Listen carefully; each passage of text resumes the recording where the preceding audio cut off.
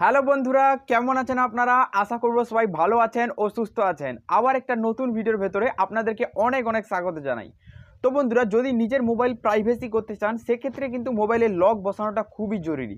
যেমন মোবাইলে pin lock, pattern lock বা ফিঙ্গারপ্রিন্ট লক, এইসব লক আপনি বসাতে চান নিজের মোবাইলের ওপরে, কিন্তু আপনি জানেন না যে এইসব লক কীভাবে নিজের মোবাইলের ওপরে বসাতে হয়। তো অবশ্যই আজকের এই ভিডিওতে আমি আপনাকে দেখিয়ে দেবো এইসব লক আপনি কীভাবে আপনার নিজের মোবাইলে বসাবেন।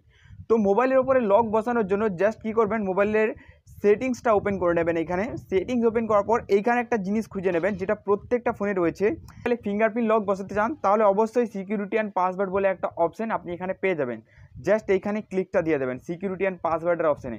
তারপরে এখানে কিন্তু স্ক্যান অটোমেটিক পূরণ করে নেবে। এবার আপডেট আমার নেই, তাই কিন্তু এটা আপডেটের জায়গায় পূরণ হলো না স্ক্যানটা। ঠিক আছে, কোনো ব্যাপার নয়। পূরণ হবার পর এইরকম ইন্টারফেস থাকবে। তো আমরা আমাদের মোবাইলের উপরে একটা লক বসাতে চাই। তো জাস্ট আমি এখানে লক স্ক্রিনের অপশানে একটা ছোট্ট ট্যাপ দেবো।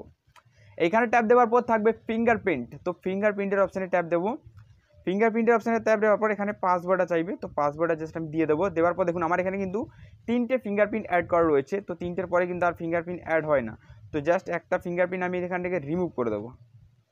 রিমুভ করে দেওয়ার পর এই দেখুন অ্যাড ফিঙ্গারপ্রিন্টের অপশান, আপনি কিন্তু ফার্স্ট যদি দেন তাহলে কিন্তু ডাইরেক্ট অ্যাডেরই অপশান পেয়ে যাবেন, রিমুভ করার দরকার নেই। তো আমি প্রথমবার দিচ্ছি না, আগে দিয়েছি, তাই কিন্তু এখানে দেখাচ্ছে এরকম। তো এটা ব্লার হয়ে গেছে নিশ্চয়ই। তো এটা এখানে ফিঙ্গারপ্রিন্ট দিতে বলছে। তো আমি এখানে জাস্ট ফিঙ্গারটা এইভাবে হালকা হালকা করে দিতে থাকবো, আর কিছু করার দরকার নেই। জাস্ট ফিঙ্গারটা এখানে উঠে যাবে।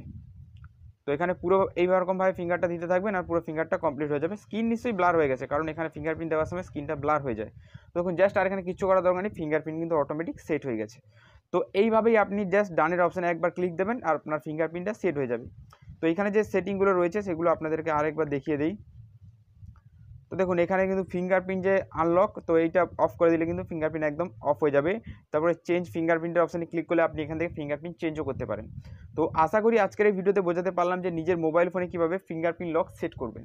তো চ্যানেলে নতুন হলে চ্যানেলটিকে সাবস্ক্রাইব করে দেবেন অবশ্যই এরকম ইন্টারেস্টিং ভিডিও দেখার জন্য। চলুন, গুড বাই, দেখাবে আবার একটা নতুন কোনো ভিডিওতে।